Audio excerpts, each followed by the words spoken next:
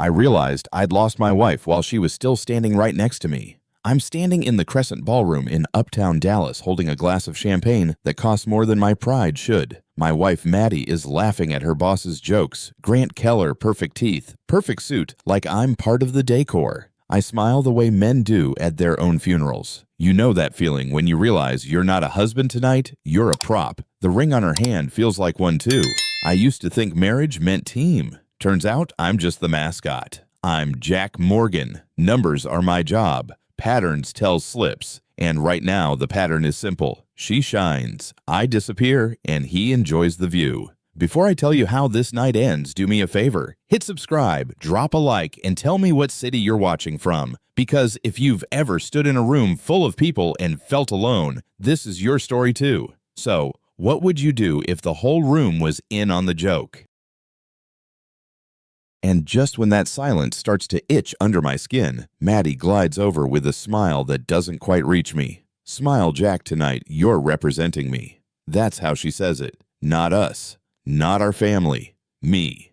If you've ever stood at your kid's school event holding a coat while everyone else gets thanked, you know the feeling. I straighten my rented tux nod like a good sport and realize I'm the backdrop, the logo wall, not the headline. I tell myself to play along, shake a few hands, refill the bubbly, pretend the music isn't too loud for the conversation I want. But her eyes are already over my shoulder, searching for someone taller, brighter, more useful. I've given a lot of speeches in boardrooms, but in this room, I'm a prop. A sturdy, quiet thing. And right then, I feel something settle like a bolt sliding home. If I'm here as a prop, I'll decide what scene I'm in. That's when I spot him. Grant Keller, 44. Tailored navy suit, smile like a billboard for success. He's the guy who calls the waiter my friend and somehow makes it land. He runs Hawthorne and Keller PR, the shop Maddie worships like a church. Word around town is he daily drives a '69 Mustang in perfect condition. Men our age get that you keep something clean and classic to remind yourself you still can. He shakes my hand like he's doing me a favor and leans into Maddie's ear with a joke I'm not invited to hear. I watch the way he stands, feet planted, owning space, the way some men do without asking. I've been around long enough to recognize a closer, and I'm not jealous. I'm taking inventory. There's a difference. You learn after 40 to read people fast posture, eye contact, where their attention lives. His lives on my wife. Mine starts living on the exits.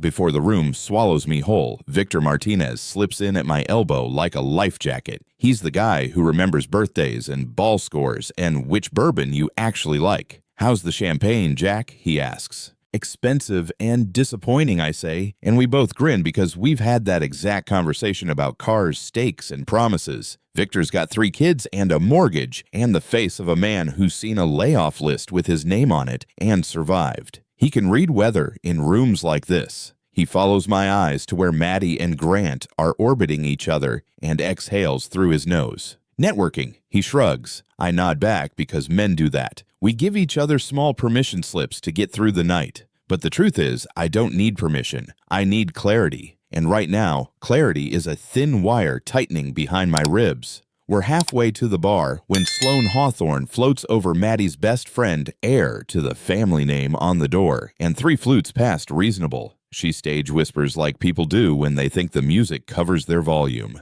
Jack, there you are. Maddie says it's more fun pretending she's single at these things. She laughs at her own punchline and it lands like ice water down the back of my shirt. I've been punched harder and felt less. Victor goes still. I meet Sloane's eyes, and for a beat, she realizes she said the quiet part out loud. We all do dumb things when the room's gilded and the bubbles are cold. But there it is, the sentence you can't take back once it's had air. I feel the floor tilt, not because I'm surprised, but because confirmation hurts in a different key. If you've ever read a text you already knew was true, you know that thud. The thud fades, leaving that clean, metallic feeling, the kind you get after slamming your thumb and realizing the pain made you oddly calm. I think about all the Saturdays I fixed the fence while she ran errands and how dinner became a calendar appointment with optional attendance. Middle-aged men collect these moments like bolts in a coffee can. You shake it and the sound tells you more than the count. I'm not angry. Not yet. Anger is loud. This is quiet like a safety clicking off. I watch Maddie in profile, the way she tilts her head toward Grant, how her laugh lands on his shoulder instead of mine. Somewhere between the valet and this glass, I stop being invited to the conversation about us. And if I'm not at the table, I'll choose my seat. Dignity is a seat. So is silence. Tonight, I take both. It's a small movement, her fingers resting on Grant's sleeve, but it's more honest than any toast in this room. The wedding ring catching the chandelier light used to look like a promise. Tonight, it looks like a prop. Maybe that's marriage in public props and lighting. But men know the difference between display and duty. I think about my dad at the kitchen table, quiet hands around a coffee mug, letting silence do the work. No scene, no speech, just a line he wouldn't cross. I study the line in front of me. It's not her laugh. It's where her hand lives when she forgets I'm watching. She's telling me a story without words, and I'm done pretending I can't read. The thing about numbers, guys, we believe the pattern, and the pattern is shouting. I move before the courage can second guess itself. Having fun, I ask easy as a neighbor at a block party. Grant's smile drops a half inch. Maddie's tightens. Men my age know that look. It's the face people make when the bill arrives. I'm not here to throw a scene. I'm here to set a boundary. There's a difference. Of course, Jack, she says, voice sugar smooth. Grant was just sharing a strategy. I nod like I've been included, but we all understand I haven't. If this is a stage, I'm going to hit my mark. I slide my thumb over the ridge my ring has worn into my skin. It's funny what grooves you don't notice forming until you press them. Great strategy, I say. Let me add one. My voice sounds steady in my own ears, like it belongs to a man who finally stopped bleeding. Time slows in rooms like this. Music fades, conversations soften, and you can hear the ice crack in your glass. I take her hand, not tender, not rough, and hold it just long enough to feel the absence where something used to live. I've walked out of job offers that looked good on paper because the math was wrong in my gut. This feels the same. You don't fix a wrong number by arguing with it. You correct the equation. I turn the ring once, twice, and let the quiet build. Somewhere behind me, Victor doesn't move. Grant breathes through his nose. Maddie's eyes say don't. My spine says do. Middle age teaches you to pick your spots. You don't swing at every pitch. You wait for the one that tells the truth. This one's right down the middle. I twist the band free. It's heavier than I remember. Maybe that's memory. Maybe it's brass I've been carrying as hope. Either way, I raise her glass and the room tilts to watch. Aye. The ring drops with a clean little clink against crystal small sound big echo. Maddie freezes. Grant pales. I don't raise my voice. I don't need to. Since you prefer being single at these events, I say, I'm just setting you free. The words land slow, like a verdict in a quiet courtroom. Men will understand this. Sometimes strength is restraint. Sometimes it's release. I set the glass back in her hand, steady as a courthouse clock, and the music finally catches up to the moment. If humiliation is a tax I've paid enough, tonight I'm done tipping. The glass is still ringing in my head when the room snaps back into motion, and that's when I catch it in the mirrored wall behind them. Not the reflection of us, but of them standing closer than colleagues, two bodies tilted in that private angle couples learn. You don't need captions for that movie. I've spent years reading small tells, meeting rooms, little pauses, what someone does with their hands when the truth shows up. This one isn't subtle. The mirror gives me the distance I need, like watching a replay from the booth instead of the field. Middle-aged men know that view you see. The hold the ref missed, clear as day.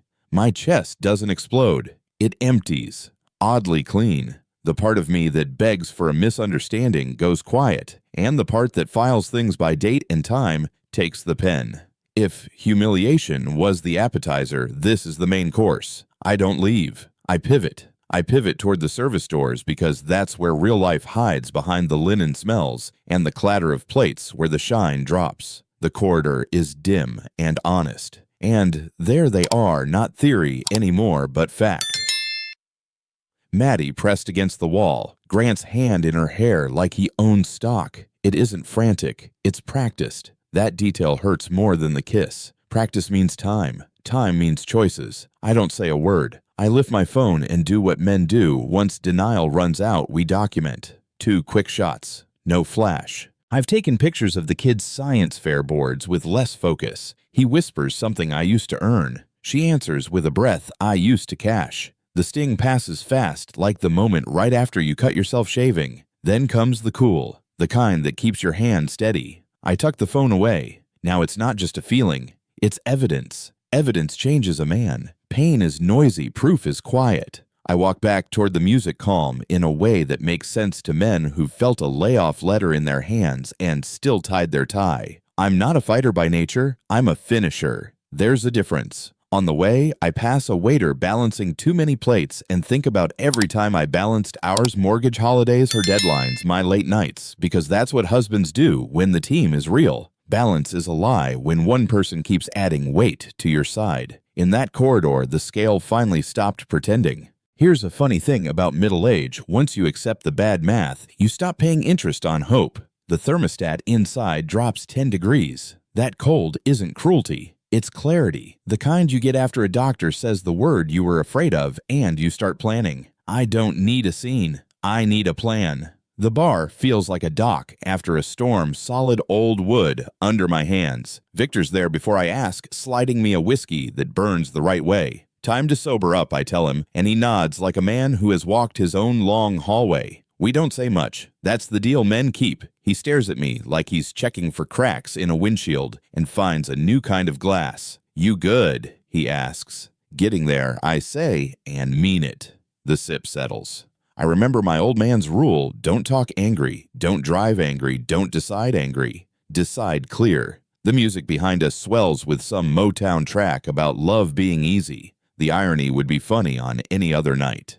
I put the glass down and feel my feet under me again. There is the man I was at 25, eager, generous, and the man I have to be now. I choose the latter. I don't go looking for them. They come to me. Maddie's lipstick is a watercolor now, and Grant hangs back like a teenager waiting for permission. She's got my ring in a napkin like it's a spilled drink. Put this back on and stop making a scene, she hisses. The room is loud, her panic is louder. I look at the napkin, then at the two of them. Her flushed him pale, and I feel the strangest mercy. I don't have to perform this marriage tonight. Keep it, I say. Souvenir. She blinks. Of what? The last time you made a fool of me. It lands. Grant shifts. Men like him are great with a podium, lousy with a gut punch. Victor inhales through his teeth. I finish my whiskey and set the glass down with the kind of confidence you get when the truth finally sits beside you. No yelling, no threats, just a line drawn with a quiet hand. 3 days later, the adrenaline is gone and the work begins. Men my age know this rhythm. After the wreck, you call the tow, then you sort the paperwork. I sit in my home office before sunrise, coffee cooling, laptop warm, and I do the thing I'm built to do. I follow the trail. Dates, charges, ride shares, client dinners that don't match the calendar, hotel names that don't match the stories. ATM pulls that lineup a little too neat. It's not fancy detective work. It's Saturday dad-level receipts on the table notes in the margins highlighter where the numbers sing together. Oshts. The pattern comes in slow, then all at once like a picture sharpening. I'm not hunting a gotcha. I'm building a floor I can stand on when the arguing starts. Proof keeps you honest when memory wants to cut corners. I label a folder December-August. 8 months fits there. It sits on the screen like a weight. 8 months isn't an accident. It's a season. 2 oil changes. A school year ending and starting. Enough time to choose a new favorite coffee shop and forget the old one. I scroll through the charges and the story reads itself. December party, January gym membership, she never used before, February lingerie, we never saw March hotel, that's now a client retreat. I don't need a private eye, I need a spine. And the numbers give me one. If you've ever stared at a monthly budget and decided which bill could wait, you understand what clarity costs. It's not rage, it's relief that there's a name for the thing that's been chewing your sleep. I print a handful, just enough to make a point, not enough to blow up the house. My plan isn't to burn it down, it's to turn the lights on. Some truths don't need a speech, they just need daylight. Daylight shows up as pancakes. She hasn't made them since our 2nd anniversary, the kind that leave butter fingerprints on your plate and make the kitchen smell like Sunday. Guilt cooks like that. You're up early, she says back to me, robe tied too neat. Couldn't sleep, I answer, and it's the truest thing I've said all week. Men collect these domestic details like souvenirs, the chipped mug, the radio station. She always changes in the car, the way she hums when she's nervous. She's humming now. The plate lands in front of me like a peace offering from a country already lost. I take a bite. Perfect, of course. You can nail a recipe and miss the point. We do small talk about weather schedules, some fundraiser. The silence between sentences is the headline. I let it breathe. Good men are taught not to corner, so I don't. I just set the table for honesty and wait to see who sits. When the plate is half empty and the coffee is right, I ask it soft. How's the networking with Grant going? No heat, no trap. Just a man asking about the world his wife lives in without him. She laughs a beat too late. Don't start, she says, stirring coffee that doesn't need stirring. It's easier to talk business when I'm not explaining you work in finance. There it is, the line that turns marriage into a resume. I nod like I understand because I do in the way you understand a door closing. Men my age have stood in enough kitchens to know the sound of a story being polished, while the truth hides under the sink. I don't argue. I let the question hang like a jacket on a chair. Whose team are we again? She smiles and it trembles at the edges. That's not acting. That's nerves. And for the first time, I'm not the only one who knows. The tremble tells me more than the words. It's the same look you get from a teenager with a dented fender who swears a shopping cart did it. That small shake is where the truth lives. I set my fork down, fold the napkin like a man ending a meeting, and meet her eyes. We can talk later, I say steady. I've got a full day. That's the mercy I can offer time to pick a lane. On the drive to work, the radio drones and the city does what cities do, pretends everything's fine. I think about the men I know who survived hard seasons, layoffs, custody schedules, lonely hotels. They all had a moment where the script flipped, and they wrote their own lines. Mine started at a mirror, kept going down a service hall, and now it's sitting in a folder labeled 8 months. The hurt hasn't drained. It's just focused. By lunch, I won't be guessing anymore. I'll be moving. By lunch, I'm done guessing. I walk to Victor's Cube with 2 coffees because hard talks land softer with lids on. We find a quiet corner by the window that looks over the parking lot, the kind of view where men sort their lives between meetings. Hypothetical, I say. If your wife crossed the line, what would you do? He doesn't smirk or dodge. He studies my face like a mechanic listening to an engine. First I'd verify. No rumors. Proof. Then I'd pick the hill, save the marriage, or save my dignity. Both is a fairy tale. He takes a slow sip. Whichever you choose, commit. I think about the mirror, the corridor, the folder on my desktop labeled 8 months. Men our age don't love ultimatums, but we understand them. Dignity, I say. The word is heavier than it sounds. It lands between us like a toolbox. He nods once. Then get your facts straight and act like a grown man. No grandstanding. No drunk texts. Acting like a grown man starts with seeing things you don't want to see. So I sit across from Ascension Coffee that afternoon with a cup I don't drink and a view I can't unsee. Maddie walks in clean and confident, the version of her the world claps for. Grant follows with that easy stride men get when they're used to doors opening. They pick a corner table. He leans in. She laughs first. I tell myself not to read into it and then watch her slide a slim folder across the table like a dealer cutting cards. He doesn't flip through it. He skims like he already knows what's inside. Couples do that, finish each other's sentences without words. I'm not jealous. I'm collecting. 2 discrete photos, one wide, one tight. No drama, no chase. Just marks on a ledger I'll need when the room gets loud later. When they stand separately. Only their eyes walk out together. When the house is quiet that night, the real project begins. Numbers don't lie. Men can live with numbers. I sit down with a legal pad like my dad used to when he redid the family budget after the water heater died. Grant Keller, 44. Uptown condo, PR, hero profile. Gym at 6. In the office by 8. Drives a '69 Mustang because it says what he wants. Said taste controls something classic he can tame.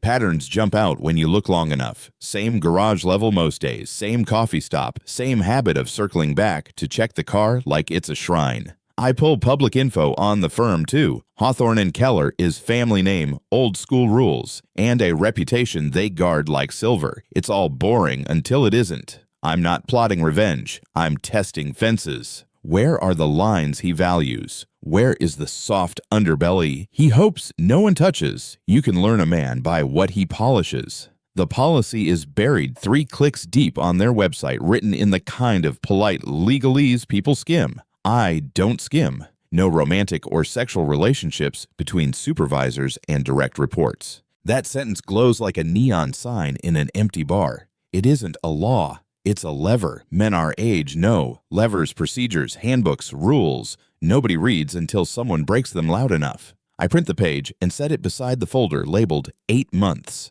Now the picture has edges. This isn't only about vows at home. It's about vows at work, the ones you initial on your first day without thinking you'll ever need them. I'm not calling HR tonight.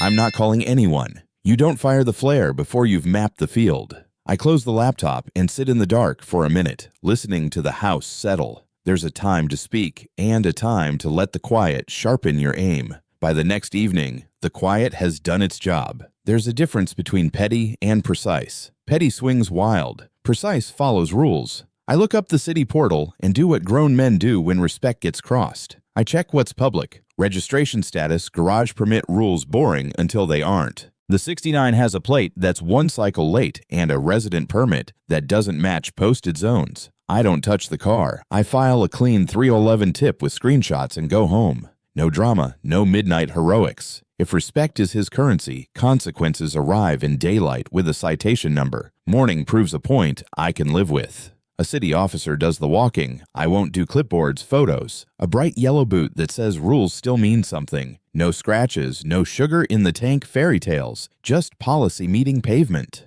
I watch from a distance long enough to learn what I needed. He's not untouchable. He's just used to people looking away. People who polish classics understand another kind of shine, the kind that shows up on official metal. I don't gloat. I leave a single line on a card under the wiper, legal, visible, and signed by nobody. This is what betrayal costs. Not poetry. Proportional. Then I walk. Men who know what they're doing don't need a victory lap.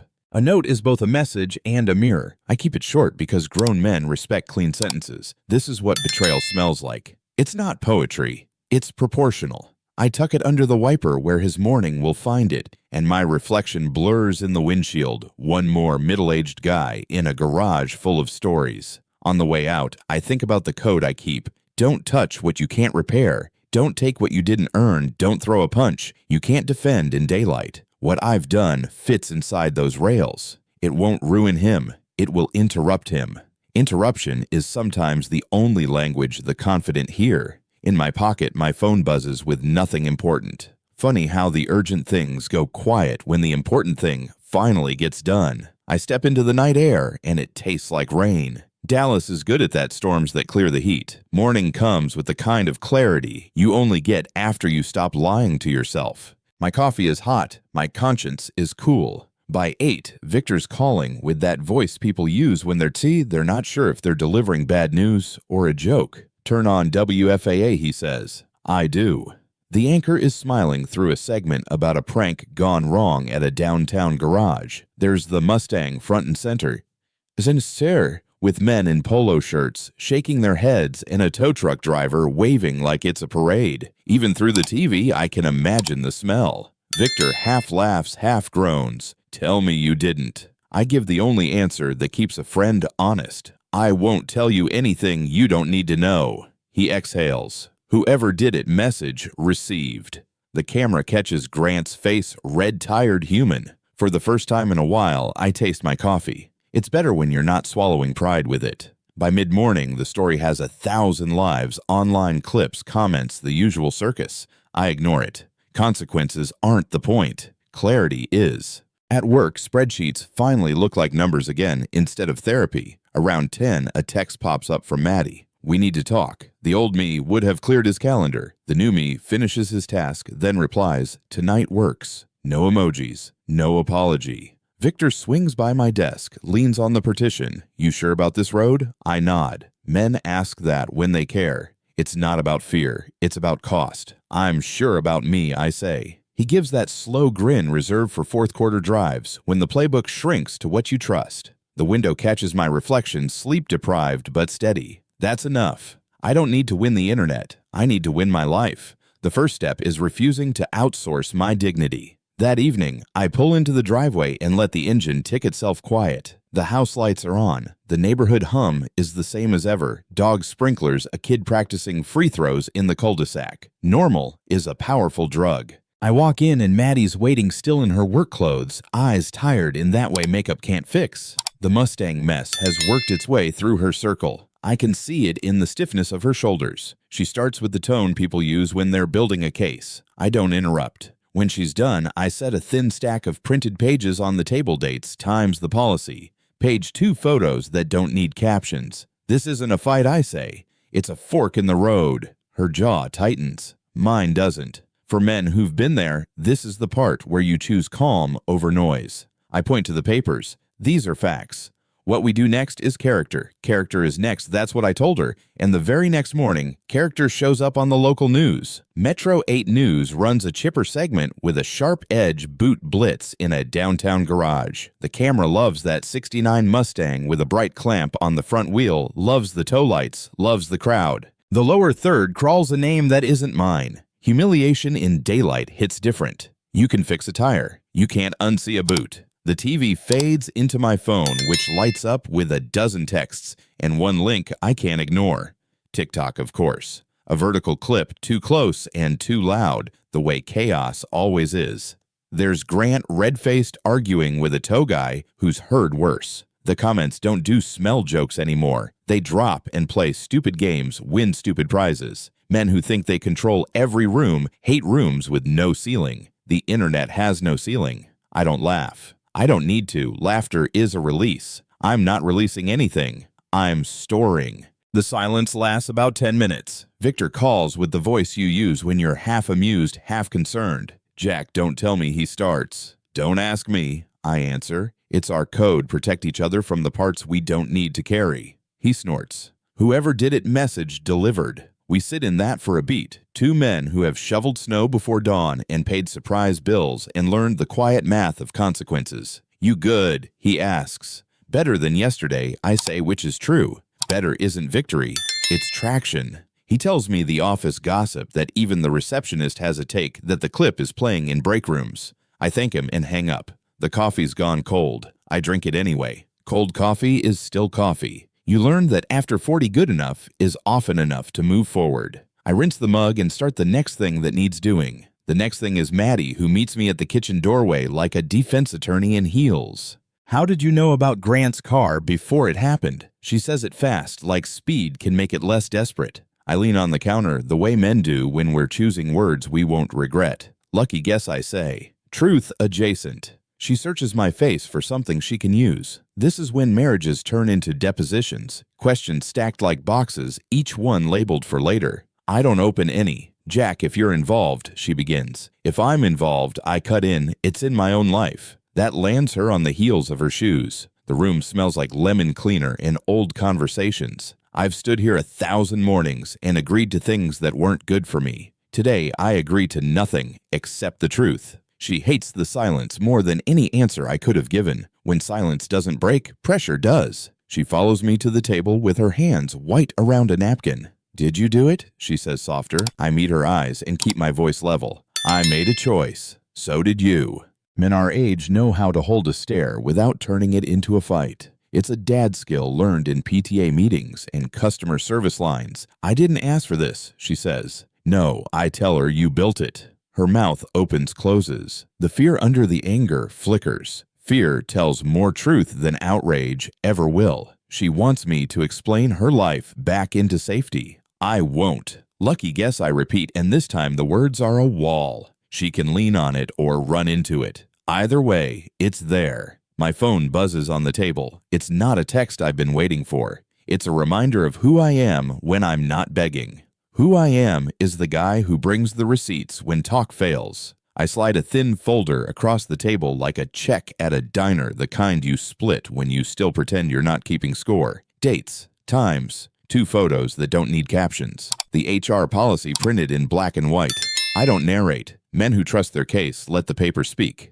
She flips through with a litigator's flick, fast at first, slower, as the math stops working in her favor. These are misunderstandings, she says, which is the story people tell when the facts don't blink. I tap the date range with my finger. 8 months is not a misunderstanding. It's a schedule. She sets the folder down like it might burn. This is where a younger me would have offered her an exit, a softer version. That man did his best. This man does his due. We're past excuses, I say. We're at decisions. Decisions drag confession behind them like a tail. She exhales and the hardness in her face breaks. I was lonely, Jack. The sentence is a couch you sink into when the day is too long. Men know that couch. Lonely sounds softer than I chose, but the outcome is the same mileage. I don't blow up. Fire would make this about heat, and I'm cold now on purpose. Lonely doesn't mean you turn your husband into a joke, I say. It's not a yell, it's a landing. Her eyes shine, and I see the girl I married for a half second, then the woman who built a second life while I paid the first life's bills. She reaches for my hand, and I move my coffee instead. Small signals matter. I'm not punishing. I'm drawing a map. If you were lonely, you could have told me. She looks down. We both know she did in ways I didn't hear, and ways she never said. Not hearing and not saying got us here. Getting out will take a different language. I drive downtown to Brennan Walsh & Associates and sit across from Margaret Brennan, who wears steel like jewelry. Her office smells like old wood and clean decisions. I lay the folder down and she flips through it with the kind of attention that makes men sit up straighter. You've documented well, she says. Texas is no fault, but facts still matter. I nod. I'm not here for revenge. I'm here for fair. She holds my eyes until she believes me. Fair can look like firm, she says. If you want out with dignity, we'll do it with daylight. That sentence feels like a key turning. We talk terms house accounts, silence, where it protects truth, where it deters. She asks how I want to serve the papers. I know the answer before she finishes the question. Sometimes message and method are the same thing. The method is public because the disrespect was public. I don't need a spectacle. I need a line recorded somewhere official. At her office, I say, during business hours. Margaret doesn't flinch. It's your divorce, she says, but she warns me about escalations. I nod. Men who have coached youth sports know the value of a clear whistle. The process server's name goes on a form. Dates get circled. I sign where I'm told. Pens feel heavier on days like this. When I leave, the sun is too bright for what I'm feeling. But that's Dallas, big sky, bigger shadows. I sit in the car and let the AC even me out. I think of all the wives and husbands who've walked out of this building with a folder and a future and told themselves they did the hard thing right. The first breath after a decision is never sweet. It's clean. Clean is enough. I put the car in drive. Clean follows me home and sits at the kitchen table like a fourth chair. Maddie's there when I walk in, eyes puffy mouth set. She starts with small talk like small rocks before the avalanche. I let her have them. Then I say it plain. Papers are coming. They'll be served at Hawthorne & Keller. The name of her firm in my mouth changes the air in the room. At work, she says, voice cracking. Yes, men who have been humiliated in public understand why the line has to be drawn where the wound was made. This isn't cruelty, I tell her. It's clarity. She calls me a bastard because that's the word people use when life refuses to go back to easy. I don't answer. Not every pitch needs a swing. I stack the dinner plates, rinse the sink, do the ordinary things men do when the extraordinary shows up. Tomorrow will be loud. Tonight I practice being steady. Tomorrow shows up at 12:31 p.m. in the lobby of Hawthorne & Keller. I'm parked across the street, hands at 10 and 2, on a car that isn't moving, watching a process server in a cheap suit do an expensive job. He calls Maddie's name. Heads turn. She signs because that's what adults do when paper finds them. The envelope changes hands. The hallway becomes a courtroom. I don't cheer. I don't even breathe hard. Public hurt, public line. That was the promise I made myself when I stopped pretending we were fine. My phone rings before the light changes. You're a bastard, she says, voice shaking. I keep mine level. Read the terms. Men know that line. The bills do. Check the math. She tells me I've embarrassed her. I let the words pass like a squad car on a shoulder, loud then gone. Across the glass, I watch her walk stiff the way people do when they realize the floor is official. It's not revenge. It's record. Record makes people louder. 10 minutes later, she calls again. Less fire, more smoke. How could you do that at work? I look up at the blue Texas sky and think about every barbecue where I carried chairs and she carried conversations. Because what happened to us happened in rooms like that, I say. You open the door there. I'm closing one. She says I'm cruel. Men my age hear that word when we finally pick ourselves. I'm being clear, I tell her. Clarity looks mean to people who benefited from confusion. She hangs up on the word monster, which has less bite. when you've slept on a couch you paid for. I put the phone face down and stare at the AC vents until my breathing matches the fan. When you break a habit, your body twitches for it. The old me would text an apology just to ease the noise. The new me drives to the next thing that needs doing. The next thing is my kitchen table at dusk, where Maddie shows up with smeared mascara and a voice made of broken glass. "You're destroying me," she says. Men know that sound. It's what overtime and holidays feel like when you're the one shouldering them. I slide her a box of tissues and the same sentence I gave myself in the mirror. "I'm asking for what you took. Not more, not less." She paces. She wants outrage to make me soft again. Softness was my part in our old script. I'm rewriting. "You humiliated me in front of your world," I say. I drew a line in the same place. She tells me we can work it out. That phrase lives on magnets and Facebook posts. Work takes two. Out takes one. She leaves with the parting shot people throw when they don't have facts. Everyone will hate you. The older you get, the more you learn. Everyone isn't a board you report to. Clarity needs documentation. That night, I type a short, anonymous email to Hawthorne and Keller's HR address. No fireworks, no adjectives, just dates, roles, policy language I printed, and a sentence any adult understands. I'm concerned about a supervisor-subordinate relationship. Men who've been managers know the drill. You don't accuse, you report. Let the house handle its rules. I hit send and feel nothing dramatic. It's like setting a sprinkler timer. Water will do what water does. I'm not rooting for firings. I'm rooting for daylight. People behave differently when they think the lights are on. Before bed, I put a small stack of papers in the safe and another in the trunk. That's not paranoia. That's father of two energy. Backups make life quieter. I sleep for 6 hours straight for the first time in months. There's a stillness your body finds when you stop arguing with your own eyes. Morning will bring whatever it brings. I'll meet it standing up. Morning brings an email forward from a friend of a friend at the firm HR meeting. Partners looped in. That's corporate for buckle up. By lunch, text threads hum with guesses, and by 3, a client quietly hits pause on a contract. Reputation moves like weather fronts slow until it isn't. I don't celebrate. The grown-up in me understands collateral. Good people work there, but choices ripple. Men in their 50s know that like they know the sound of a knee going wrong on stairs. Victor calls with a low whistle. Clients are spooked. I keep my voice even. The truth tends to scare folks who ignored it. He grunts, not arguing. "You all right?" "I'm not happy," I say. "I'm aligned." There's a difference. He tells me to be careful. I tell him I am. We hang up and I answer 3 emails that have nothing to do with my marriage. Paying your own bills is underrated medicine. Mundane work is a rope you can hold. By late afternoon, Maddie finds her counterpunch. A formal letter from a lawyer with a name that sounds expensive lands in my inbox. Words like harassment and interference try to put a costume on my boundary. I forward it to Margaret with 2 sentences. I've contacted no clients. I reported a policy. 10 minutes later, Margaret calls, voice calm like a nurse. "They're trying to paint you big and bad. Don't help them color." I won't. She drafts a clean reply that says less than it implies and more than it concedes. This is what competent feels like. You don't have to shout. After the call, I make dinner on a cast iron skillet I've had since the apartment years. Men hang on to tools that outlast storms. The sizzle quiets the house. When you can't control outcomes, you learn to control inputs, letters, tone, what you do with your hands at 6:15 p.m.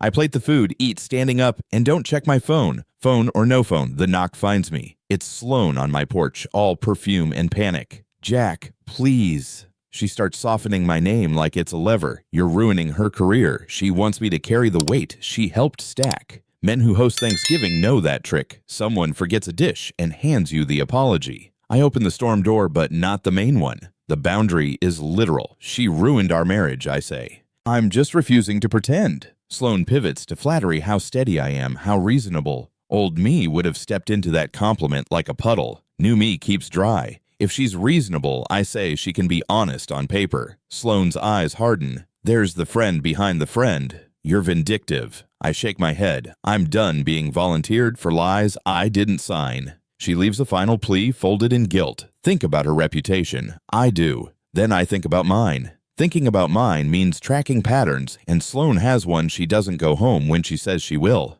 20 minutes after she pulls away, I see her coupe nose toward uptown. I follow far enough to feel ridiculous and close enough to learn. She parks near Grant's building, the kind with a lobby that smells like money and citrus. They come out together 20 minutes later with overnight bags and eyes that have decided something. It's not romance, it's logistics. Men can smell logistics the way shoulders set when a plan has more than one step. I don't get cute. I don't confront. I write down times, take a wide shot of them at the curb, and let them drive. Some truths need an audience with a judge, not a scene on a sidewalk. Back in my car, I sit with the AC and the reality that this isn't just a midlife fling anymore. It's movement, and movement means money. Money moves through airports. It's the oldest trail. I swing by DFW on a hunch and catch them at the United counterbags on the scale, faces tight with that special kind of travel stress. Too many decisions, not enough time. I hang back with a magazine I don't read and watch two adults behave like teenagers sneaking out. The agent points, they nod, and the printer spits out boarding passes like little verdicts. I mark the destination on my phone. It's not the where that matters, it's the why now. People run when they fear the light more than the trip. Call it a weekend. Call it space. I call it a flag.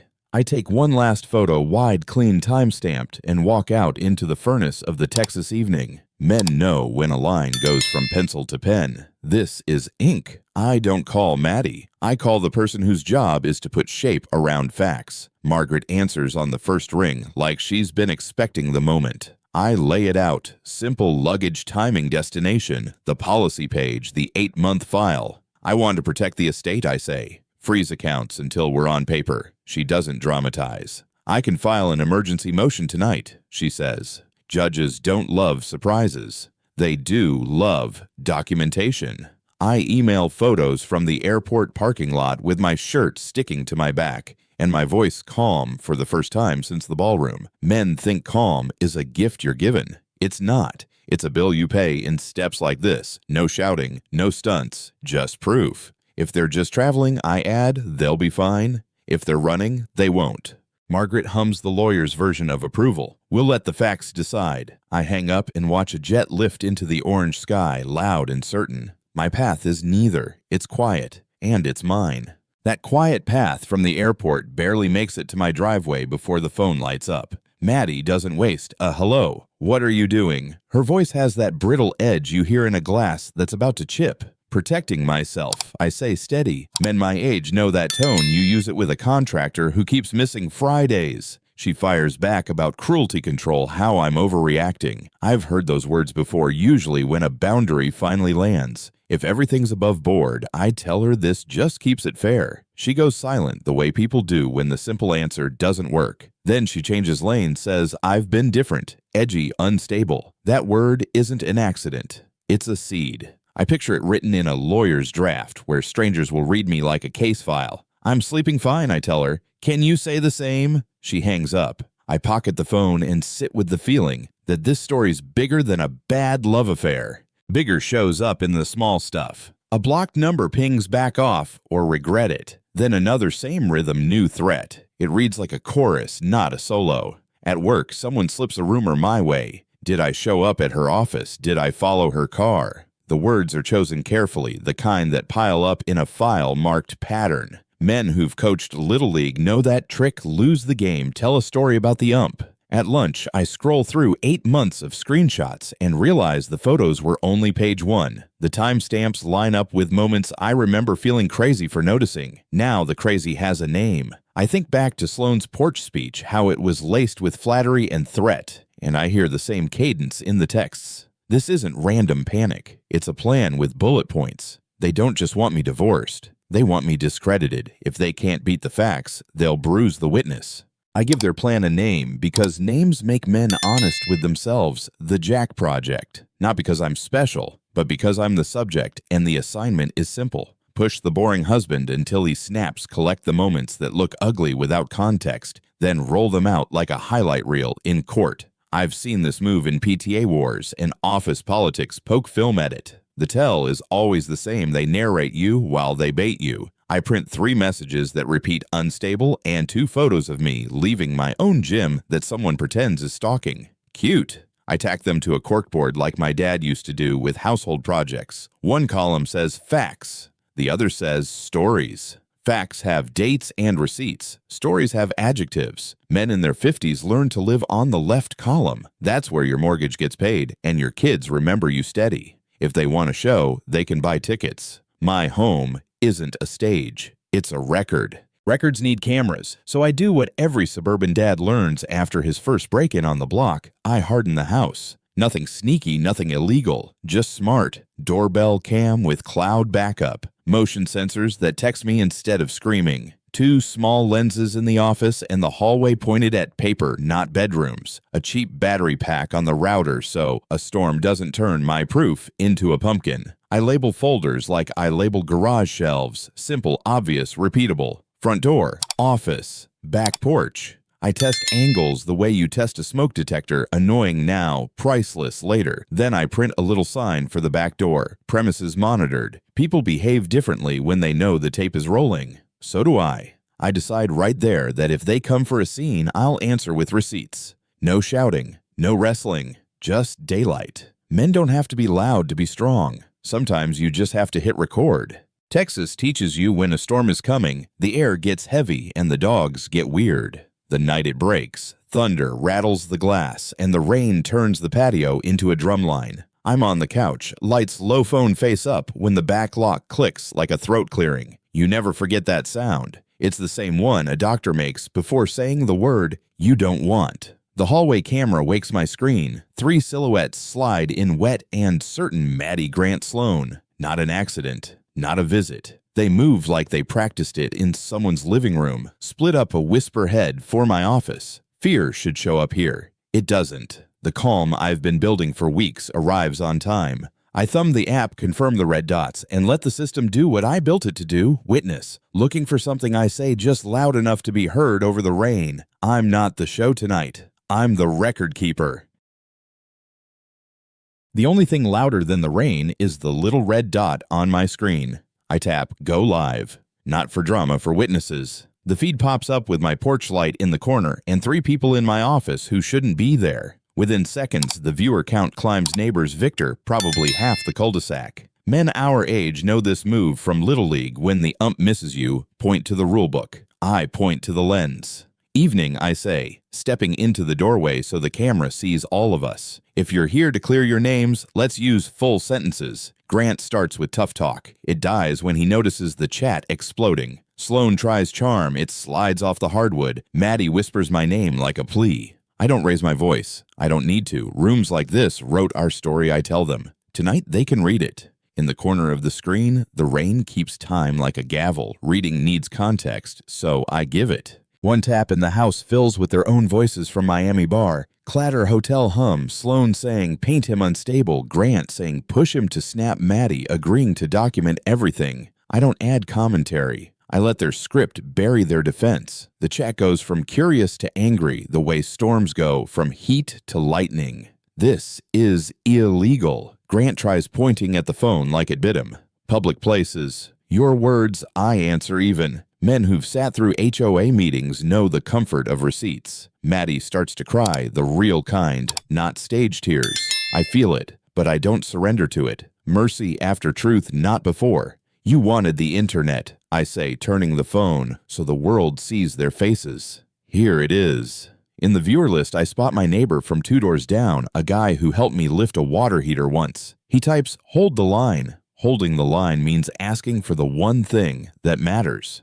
Tell the truth, I say to Maddie, quiet enough that she has to lean toward the camera. Say what this was. She looks at Sloan, then Grant, then the floor, the triangle people draw when they're choosing between survival and honesty. Please, Jack, turn it off. I shake my head. We've done off. Off gave us 8 months of lies. She starts, stops, swallows. For a second, I see the girl at our first apartment eating tacos on boxes, laughing at nothing. Then I see the woman who weaponized my calm. Both can be true. It was a plan, she whispers. We wanted you angry. It lands dull and heavy like a wrench on concrete. The chat explodes. I don't crow. Men who've lost and found themselves know victory isn't a shout. It's breath you can finally take. I nod once.